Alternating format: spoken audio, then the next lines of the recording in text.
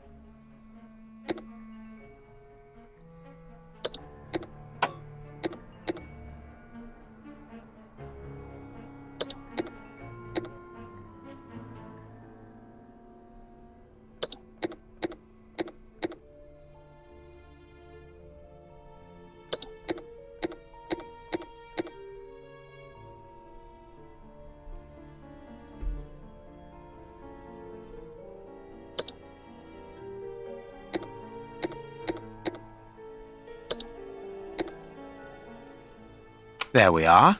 It is simplicity itself. Yes, that was simplicity. I worry about you, Holmes. This key must be important to be hidden here.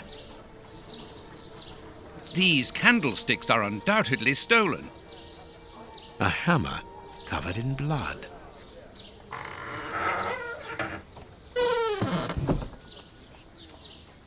Holmes, there is someone in that hut. I saw, Watson. Come, and keep your revolver at the ready, just in case. I've decided to turn the graphics down quite significantly, as there has been a number of slight lagging issues here and there, and also to prepare for an upcoming scene. Open up.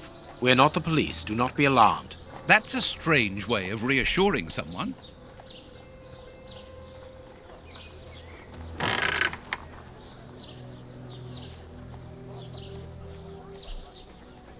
Holmes, they are children.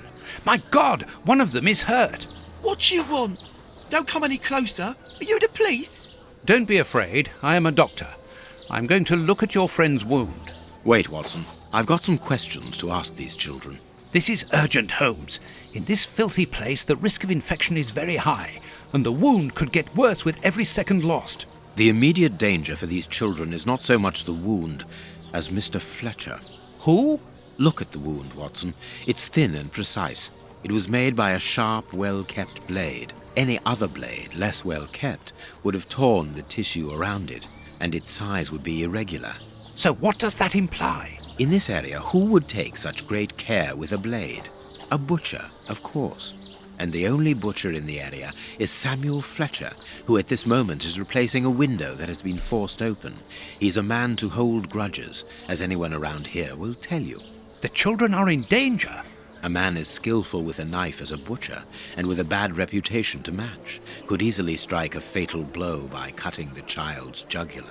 If he hasn't done it, it's surely because these little thieves broke into his shop at night to steal a piece of meat. The poor lighting in this area saved them. I can assure you that Mr. Fletcher has spent the day trying to trace these children, and if he finds them, wounds will be the least of their problems. That's true. What do you want? Don't let the butcher find us. Dr. Watson will see to your wound, but the treatment won't be free. I don't need to remind you that life is hard. You know that already. Give me the address of a certain Kurtz, and the doctor will dress your wound. No address, no treatment. I can't tell you, mister. Kurtz is a dangerous madman. Holmes, you go too far. You have frightened the poor child. There is only 2 more options, and the afraid option is the second blackmail option that we need to get the honour. Justice is sometimes harsh, young man. If the police hear about this breaking and entering, they will see Mr. Fletcher's side of the story. No! Don't call the police! Please, mister! We don't want to end up in prison! I'm looking for a certain Kurtz. I can't tell you, mister. In that case, I must take the side of justice. You and your brother are thieves. All right, don't call the police. Kurtz is a dangerous madman. He's called the Colonel round here. I heard he was in the Boer War in Africa. He lives in Batty Street next to the wine shop. The way he smells, he must be a good customer. Good. Watson, see to the wound. Never mind about the police.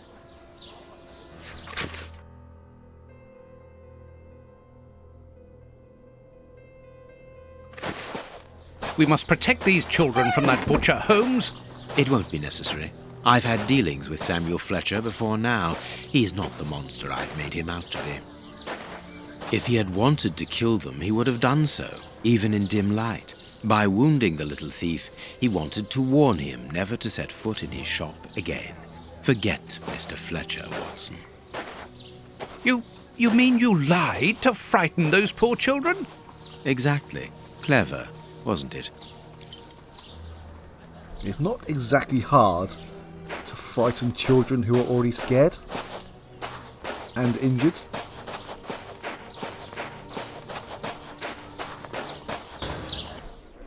Well, mister, that's a mighty fine outfit you're wearing there. You stand out like a sore thumb, and that's no lie. Watch that you don't get it all dirtied up, but you'd be welcome to come back to my place. It's not far, and I'd sponge it down for you. Don't go back to Daddy's place. You'll get malaria. Thank you, madam. I'm certain that you would make a very good job of it. That will not be necessary, however. But your thought was a kind one. We'd best be leaving now, sir. Here, please accept this sovereign as a token of my gratitude for your concern. Well, I never. Thank you. That's right generous of you, my lordship. You are very welcome, madam. Madam, he calls me. Bless my garters. What a gent. If you're ready now, sir.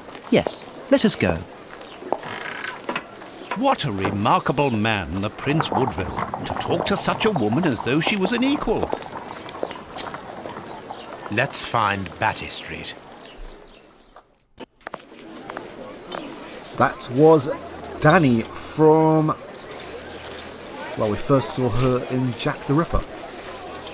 And that is the reason why I had to turn the graphic settings down. Because on mid settings, she is incredibly detailed and causes a lot of slowdown. And even with the on low settings, there's still a bit of noticeable difference in performance. Anyway, I believe Batty Street is up this way.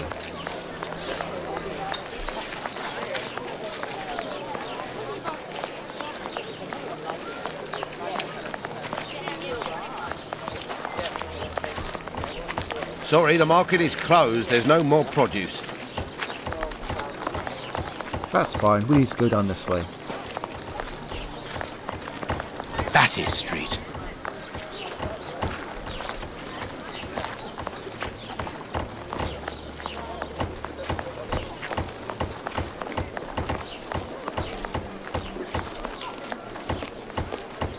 Closed. What is that banging? Oh. That explains that then. My God, Holmes, it's appalling. And the smell. But what can have happened here? Stay calm, Watson. Take note of every detail and be careful not to move anything. Very well, Holmes. I don't know if this needs a gore warning, but as you can see, there's some dead bodies on the floor, and we are going to get a bit of a close-up to them. So, if you're squeamish, I'd say look away now.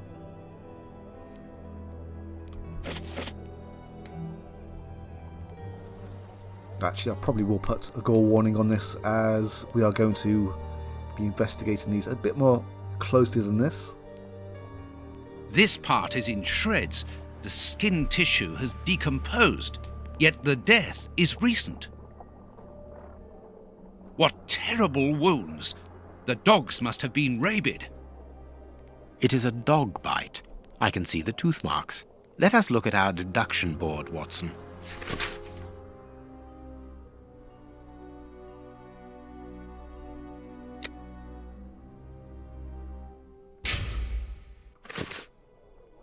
Only a dog could inflict so deep a wound, but it appears that the wound was gnawed at afterwards.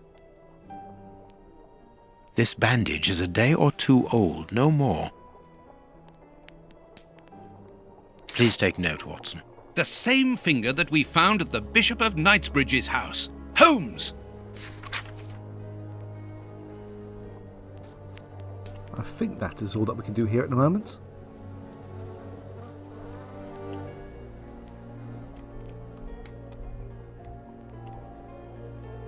What a horrible wound. Size 9. Hobnail boots like those worn by labourers.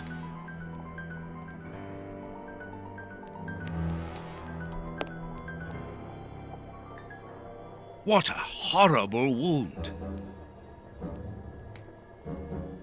This part is in shreds. The skin tissue has decomposed, yet the death is recent. The skin was deeply torn.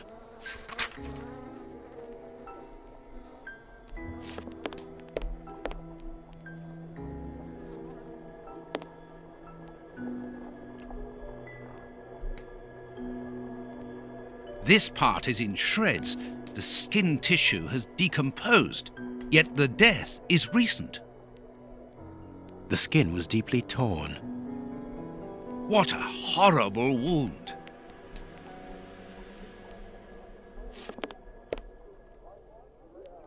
The material on this tray is rather odd. A pipe with a strange smell. A small burner. Small burnt balls. There can be no doubt. Judging by the material on the tray and the pipe, the man smoked opium. Opium? I doubt if this man could have made his drug here. He would have needed a real laboratory.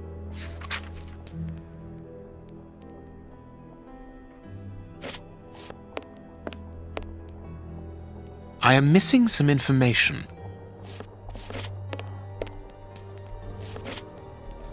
The dog's bowl is empty.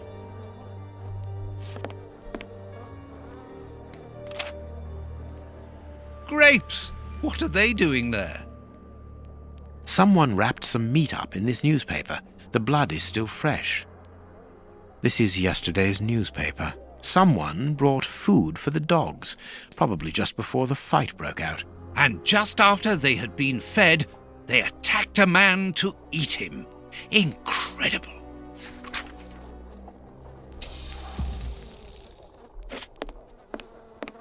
An old photo.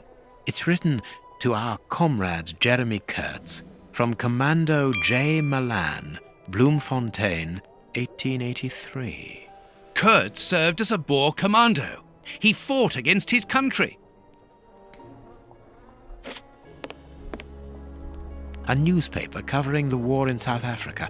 Kurtz must have been following the war with some interest. The Boer War is abominable, and it still rages. A military badge of the 58th Infantry Regiment of Her Majesty, and a letter stipulating Kurtz's exclusion from the unit. He served in 1881. At that time, the regiment served in South Africa. Kurtz was in the Boer War.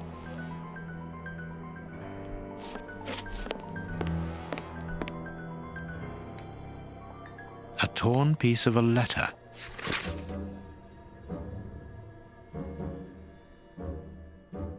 It seems to be a letter of dismissal. Apparently our friend Kurtz served in both camps in South Africa and was never a colonel, but that doesn't surprise me. A traitor, deserter, and a false colonel. What a charming gentleman.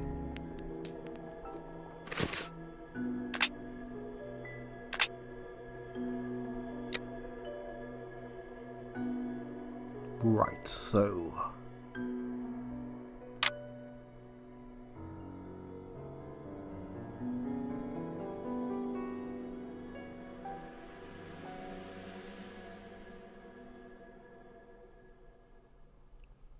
There must have been Kurtz's own dogs. And obviously they were poisoned.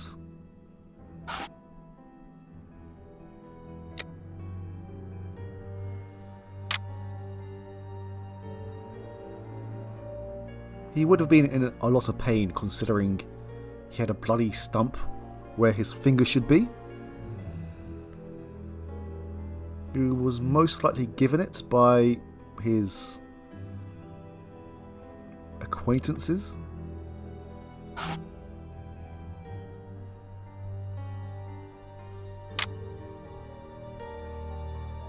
My deduction chart is incomplete, Holmes. We are missing an important detail.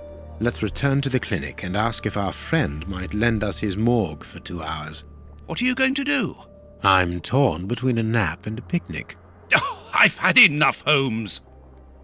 The next step of our investigation, Watson, leads us inevitably to a post-mortem. As you're well aware, in the instance where a body's vital organs no longer function, every minute is vital. Be quick now and procure the room while I arrange the transport. Very well. I will see you later.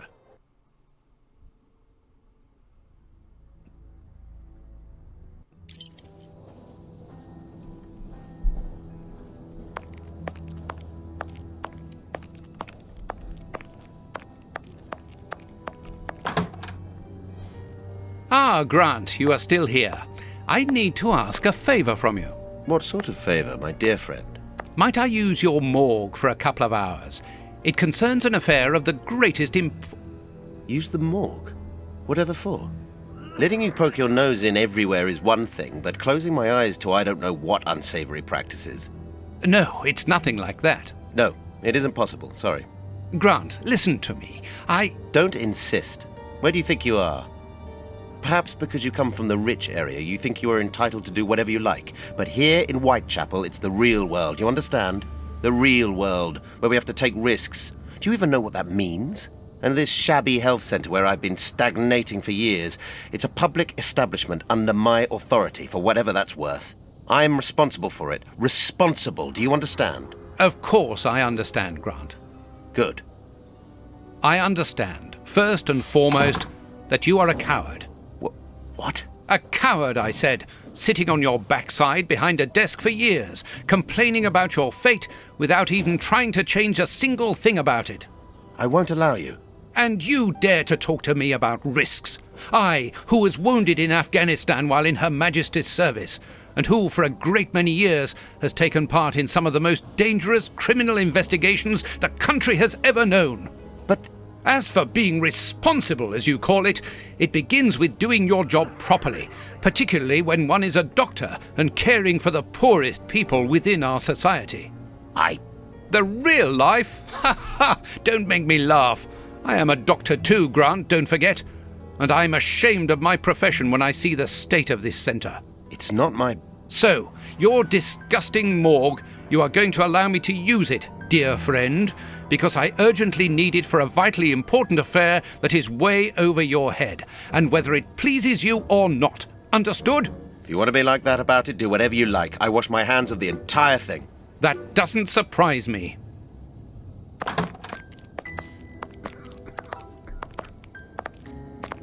This is a dismal place. Have you ever carried out a post-mortem, Holmes? It requires a great deal of precision. Don't worry, I learn quickly. Hand me a bone saw. Good on Watson.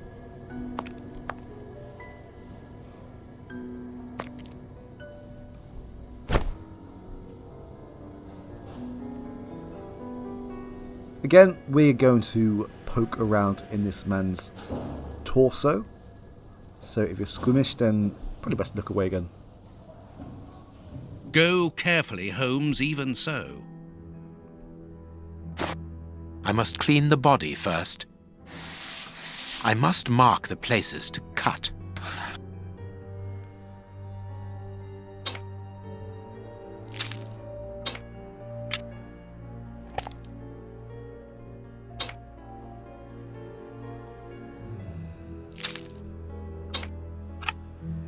This liquid found in the lungs should be able to tell us something.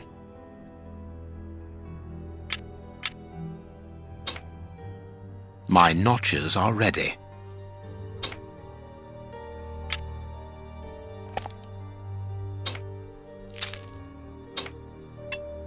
A ball of paper swallowed recently.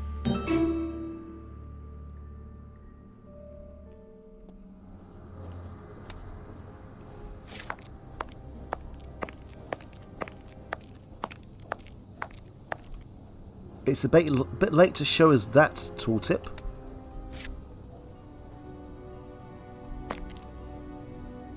This liquid found in the lungs should be able to tell us something. Well now, welcome back to...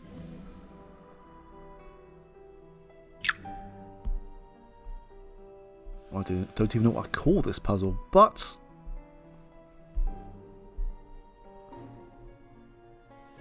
this one is a little bit more involved.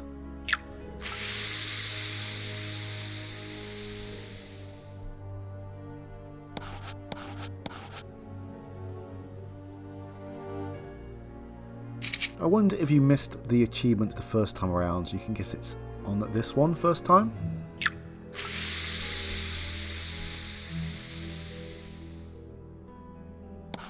Although it's not as easy as the first time around.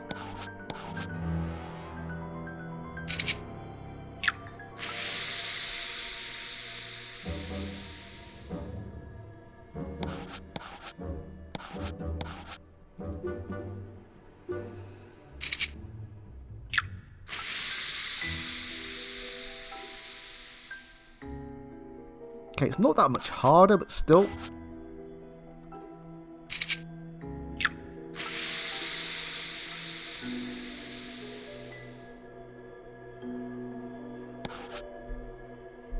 Poison, and apparently very virulent.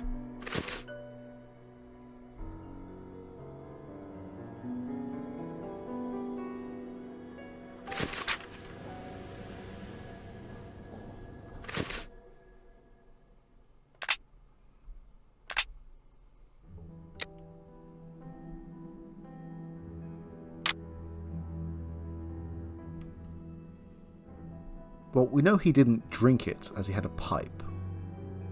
And that's definitely out of the question.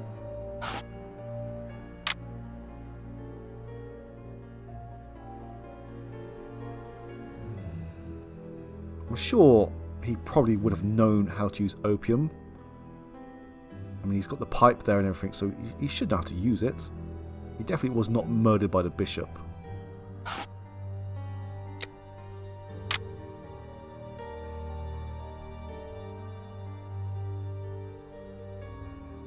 I'm guessing they would have prepared it for him.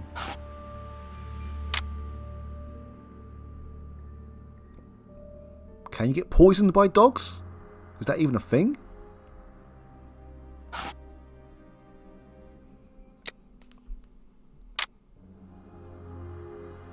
Wait.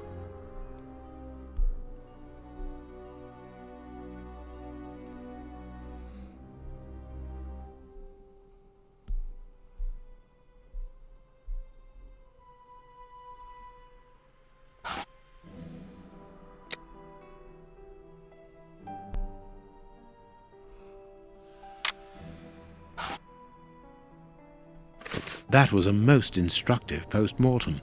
This man was murdered by his accomplices because of his missing finger. I see. He was overly conspicuous, walking around with a bandaged hand, as the police would have been looking for a man with a missing finger. But how did they manage to disguise the murder by making it look like a dog attack? The post-mortem revealed the presence of poison in his system. Everything points to it being a less potent form of the poison we found in the bishop's rooms. This man died as much from the poison as from fighting against those animals. I believe this new version of the substance provokes such a rage that the victim attacks anything in his path, and in this instance it was dogs. We're dealing with sorcerers' apprentices whose creations are ever-evolving. They are attempting to obtain a particular effect, and they try out their formulae on human guinea pigs. You're saying that his accomplices forced him to drink it? No, he took it himself, voluntarily. The poison wasn't to be found in his blood, but in his lungs. I also discovered numerous traces of opium. I'm beginning to see. They mixed this horrible poison with his opium, knowing that he would soon smoke it to ease the pain caused by his wound. Exactly. And such a profound knowledge of both chemistry and toxicology is uncommon. Very well. We know the reason and the manner, but we're really not any further ahead. How will we find the two other men who murdered the bishop? By going to 13 Burner Street. It is in this area. But where did you get that address, Holmes? From his stomach. I see. He wanted to get rid of the address. No, he wanted revenge. I don't follow you. When the man with the missing finger began to feel the effects of the poison, he knew that he was going to die, and he knew that there would be a post-mortem. Shall we go?